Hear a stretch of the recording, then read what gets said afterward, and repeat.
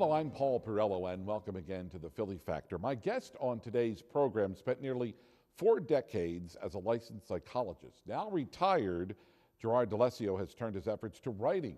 Dr. D'Alessio writes fiction that focuses on psychological conflicts and passions of intimate relationships and family dramas. Dr. D'Alessio's new book is entitled Iraq Dreams, It's called Iraq Dreams. It is the story of United States Army reservist Rick Garcia, who returns from war. As he recuperates from surgery, he finds out that his whole world is about to change, and it's not only about the surgery. It's what happens with his personal family life. Dr. D'Alessio, I want to welcome you to the program. It's a pleasure. We talked before the program about your work as a licensed psychologist for 37 years. You decide to retire. Right. But I'm guessing even as a licensed psychologist, there was always that author inside of you that was just waiting for the right time to jump out. I can remember being in high school and having the fantasy. I remember talking to the girl I was in love with at the time and saying, you know, I'm going to become a psychologist, and in my spare time in the evenings, I'm going to write. And imagined writing fiction stories that would take advantage of the drama of my workday as a psychotherapist. I never did that.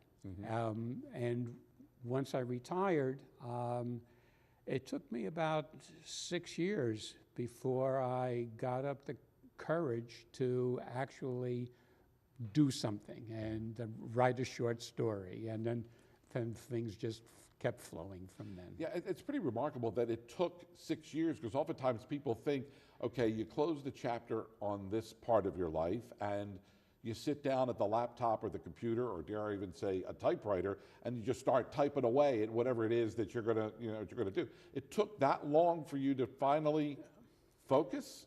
No, I think it was only a matter of courage. Courage. Even though I wanted to write, I think one of my heroes in fiction is John Updike, and I can never write like John Updike. You know, I don't have the skills, so why bother? Right. And then I'd say, you know, there are millions of books being published every year. What have I got to contribute? You know, and I would find these rationalizations for avoiding doing it. And finally, I screwed up the courage, and when I was on vacation with my wife down in Florida, I wrote a short story, and then it started. So a little bit of the psychologist in you was sort of analyzing why you weren't getting started on this project. I knew why I wasn't doing it. You know, it was performance anxiety, you know, and afraid that anything I wrote would be full of cliches and it would be less than mediocre. But yet, in this book, Iraq Dreams, you focus on a timely topic, because in the case of your lead character here, Rick Garcia, he comes back. He's in Bethesda in the hospital. He suffered a wound in the war, and he's now having his leg amputated. He's recuperating from that surgery, and he gets a letter from his wife. And as I said in the open, his whole world is turned upside down, not only because of the amputation and the surgery, but whenever I interview an author, I don't want to give too much away because we want people to buy the book, right? Right. But I think it's safe to say that she sends a letter telling him that she is divorcing him and taking their children and moving to Oklahoma. So his whole world is really turned upside down. In addition to finding out, and he receives the letter the day after he's recovered from his waking up from the surgery. So his first full conscious day after the surgery. And he not only finds out that his wife Coralie wants to divorce him, and that she's moved from their New Jersey home and taken their son and daughter to live with her mother, But she also informs him that his business, he's an engineer, he's had a small engineering business. He's been away for 18 months in Iraq, and his business has deteriorated and no longer exists. He owes money. And she tells him, here's also a letter from your lawyer and your accountant saying, advising you that you should go bankrupt, Right. So he really has lost everything. But the most important part of that is, as a result of his losing his leg, that's really central to his identity of who he is. And even more than his vocation, his profession as an engineer. And so he really does feel like he's lost everything. And one of the things, in thinking about the book in preparation for our talk today, I was thinking about what other, in what way it's Iraq Dreams is similar to the other things I've been writing. And one of them is that this kind of crisis of identity many of us go through this. We have an experience that turns our world upside down, Sure. where we feel the bottom is dropping out and everything that we thought we knew and trusted and believed in is all baloney, and it just is nothing. Yeah. And that crisis and how one copes with that is an interesting thing. Sure. And yet, after he's discharged from the hospital, he does move on with his life. But then there's another fork in the road when his children witness an event, and now he is confronted with a whole other set of circumstances. Yeah, and that, yes. And again, without giving away too much. I know, it's like we're walking a tightrope here without a safety net, I know. But it is a crisis, and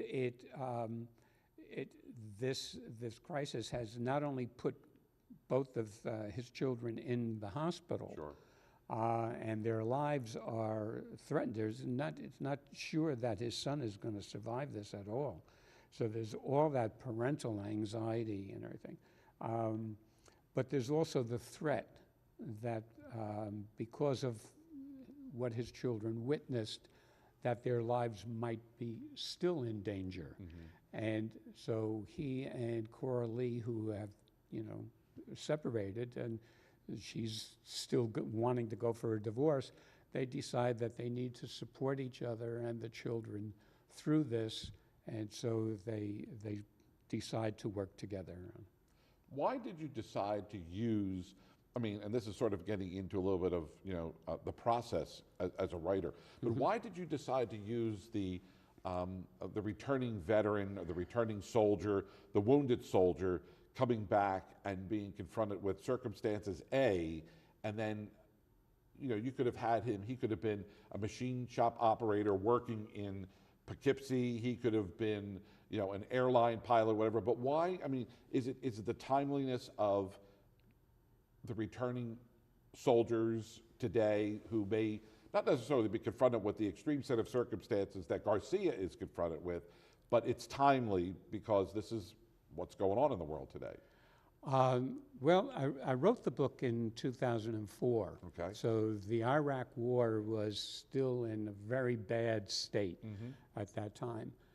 And to answer your question, there are two answers. One was that I was really upset. I don't know if upset is too general a word.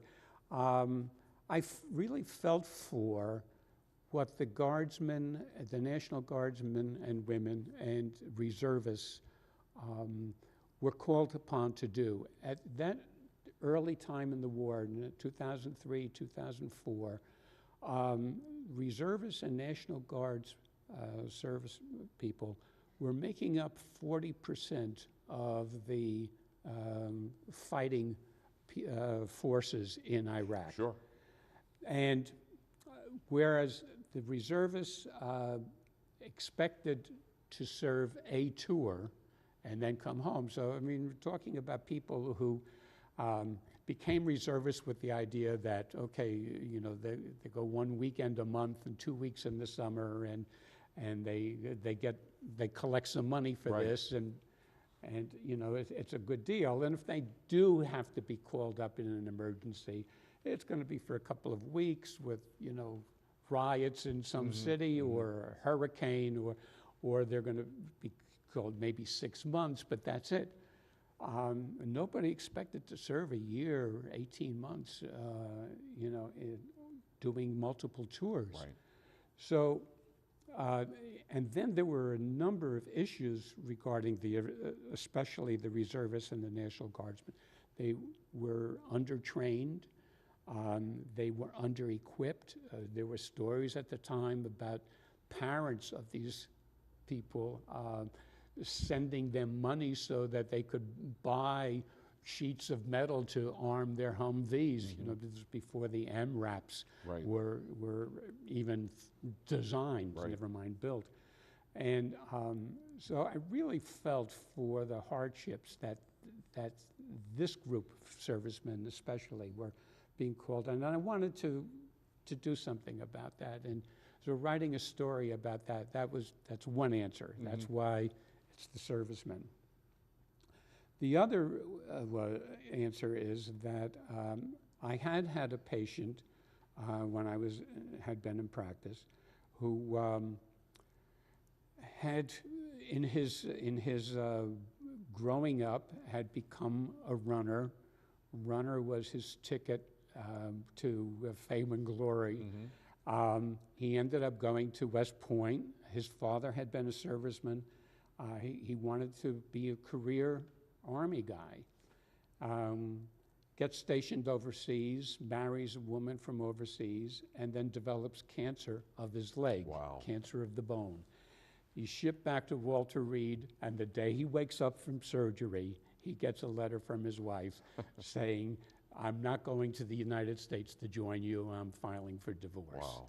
So that was, you know, I took that as kind of the kernel for the beginning of the story. And just goes to show you how a life experience or a moment in time, a snapshot in time, could really serve as the genesis then for, in your case, writing a book. Yeah. Obviously, as they put the disclaimer on every book and every movie, you know, the names have been changed to protect the innocent and Absolutely. all that. But which was going to lead me to my next question.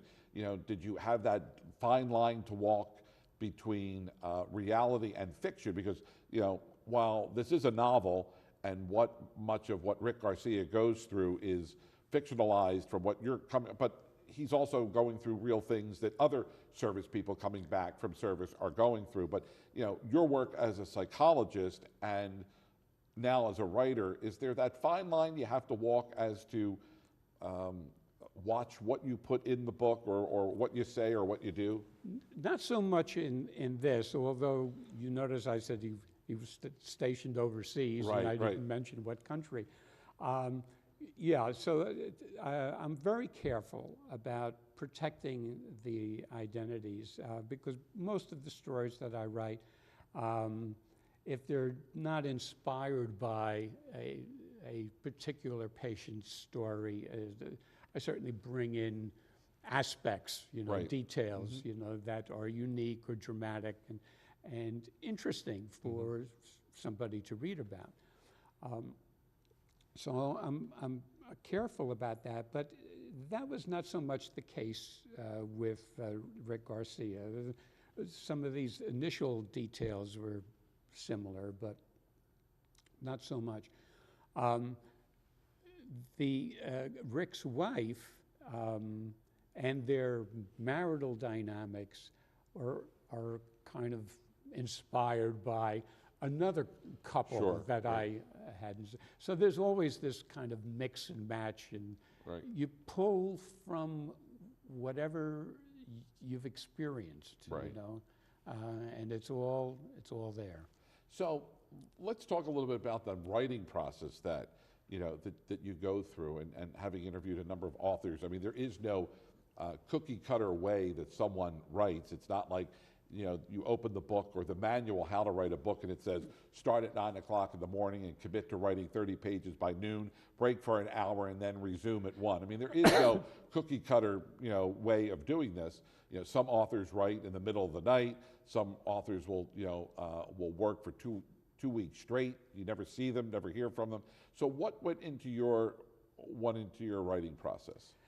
Well, when I first started writing, I thought that there were these rules. And, I berate myself for not getting up at, and writing first thing in the morning. Sure. But when I started writing, I was 68. I'm 78 now. And the way it evolved is I do other things in the morning. I go to the gym, or I teach Tai Chi, or whatever. Take the dog for a walk and do shopping. And then in the afternoon, after my little nap, then I wake up and I say, well, it's too early to watch television, so I might as well sit down and write. Right. And sometimes it is kind of forcing yourself to do that because of the anxiety at, it's not going to be good enough. So there's the readiness to avoid it, and it's easy to find excuses. Sure. But generally, I'll write for anywhere from an hour to a couple of hours in the afternoon, and that seems to work out for me.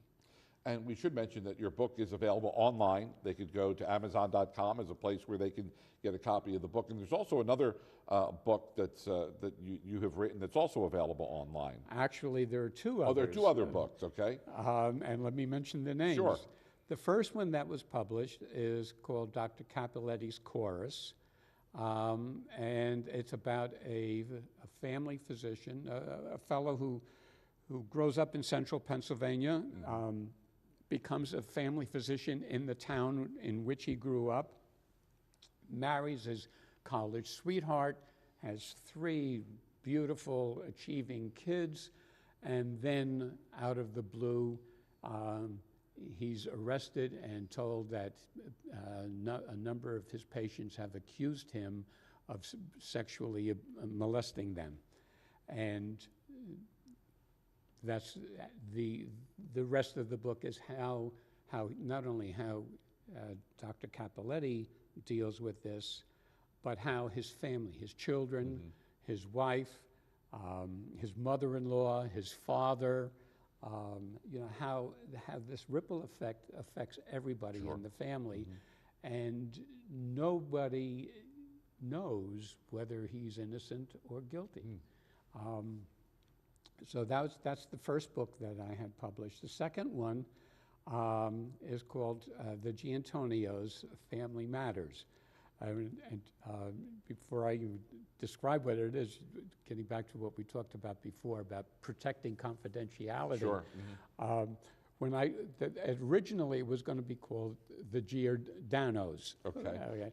And it was going to be called The Giordanos Family Matters because the prettiest girl in our junior high school, Rosalind Giordano, just never forget how pretty and sweet she was. So that's where the name came from. And then after I had written the book, I realized, it just had never dawned on me, that a lot of the book takes place in South Philly in the Italian market. Right. And there's the Giordanos. It's prominently there at 9th Street, yeah. Right, at 9th and Washington. And I said, people are going to make an association, so I had to change the name. But it's an interesting story. It's about a man in his 70s who's been married for 50 years, whose wife begins to go psychotic on him. And it happens that he's an elder in a crime family, so there is that context. So he's used to being a powerful guy who knows how to control everything. Sure. And here his wife is going nuts on him, and he has the faintest idea of how to handle her and what to do.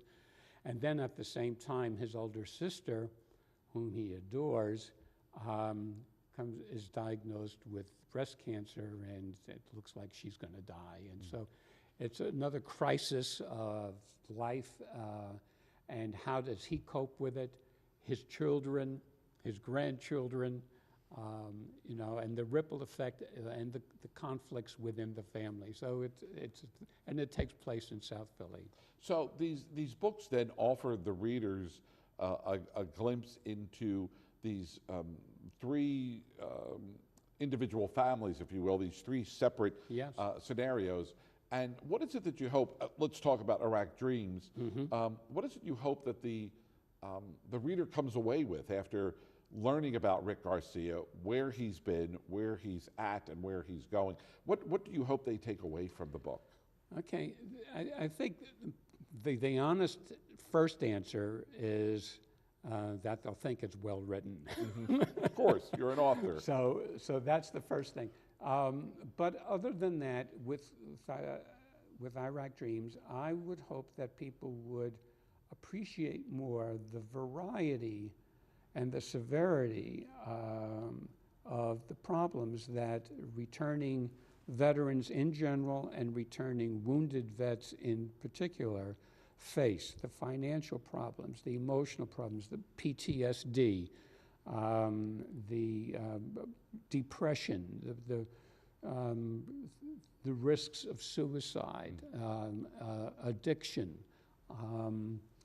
you know, identity. Sure. You know, how did they put their lives back together again? So I would hope that people would come away with a deeper appreciation of those problems. Yeah, because oftentimes we only hear about these stories after the fact. You know, we will, you know, every day in the news there, you know, there's a story about a serviceman who might be suffering from depression, or, you know, now there are a series of public service announcements that are trying to shed light on the fact that, you know, the soldiers, men and women, coming back from service are having a difficult time, although it's maybe a little bit better than the Vietnam War veteran, but they're Yes. having a difficult time getting acclimated back into society. Yes, it's changed, it's a little bit better, but we don't often think about what it's like. You know, there's the hoopla, rightfully so, of the returning war veteran, that we embrace them and we acknowledge them for their service. But then once all of the fanfare dies down and goes away, we don't necessarily know what's going on behind closed doors. We don't know how they battle for employment, or how they may be battling with addiction or depression. So, you know, we oftentimes hear about it after the fact, when there's a very much heralded case involving a war veteran, a returning soldier. So what you put in the book then sheds some light on that these are very real problems that these guys and girls coming back from service are dealing with. I think, you know, if I had been a journalist, I'd be writing about the problem in general. Sure. That, you know, how large a problem, how many people involved and everything. But I've always thought that, you know, putting a singular face on the problem allows people to identify more intensely than with a global problem. Sure. And so that's one of the things I wanted to accomplish. So what's next? I mean, you have 3 books to your credit. I'm assuming that you probably have more than 3 books still in you before you're ready to close this chapter on your life. Well, I've got 5 other novels that I've completed, but I am working on one now. And I don't know, my guess is that if I pursue publishing a next book, it'll be one of the 5 that are, you know, pretty well ready for that process. But right now, I'm totally involved in this new project, and it's fun and it's exciting. And when we talk about, and the world of publishing has changed over the years. Today, it's pretty, I mean, it's sort of like the music recording industry, that if you have a computer, you have a garage, and you have microphones, you could probably put your own album out on the internet without having to press a CD. Same thing with the book. I mean, you can self-publish. You know, you don't necessarily have to go to the big publishing houses. While they may do some of the groundwork for you, or most of the groundwork for you, they're also going to take a chunk of that check too from you too. Right. So how was this process? Did you self-publish the book? I self-published, and I realized, you know, When self-publishing first became a possibility, there was a lot of negative opinions about it.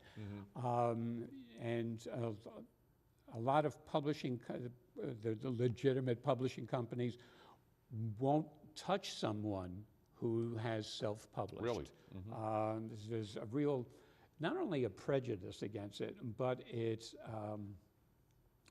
a way of protecting their turf economically. But after I had gone through the process, I realized that it's very much like doing an independent film. You've got to do the whole thing yourself. You've got to use your own money. You've got to take your own risks. But that's the only way to do it, because otherwise everything is all the decision making is in the hands of a half a dozen companies. Sure. Yeah. Well, I want to thank you for your time. The name of the book again is Iraq Dreams, a novel by Dr. Gerard D'Alessio. It is available online. And Dr. D'Alessio, I want to thank you for spending some time with us here on the program. It's been a pleasure. Thank you so much. Thank you. Until the next time, my name is Paul Perello. Thanks so much for being with us here on the Philly Factor.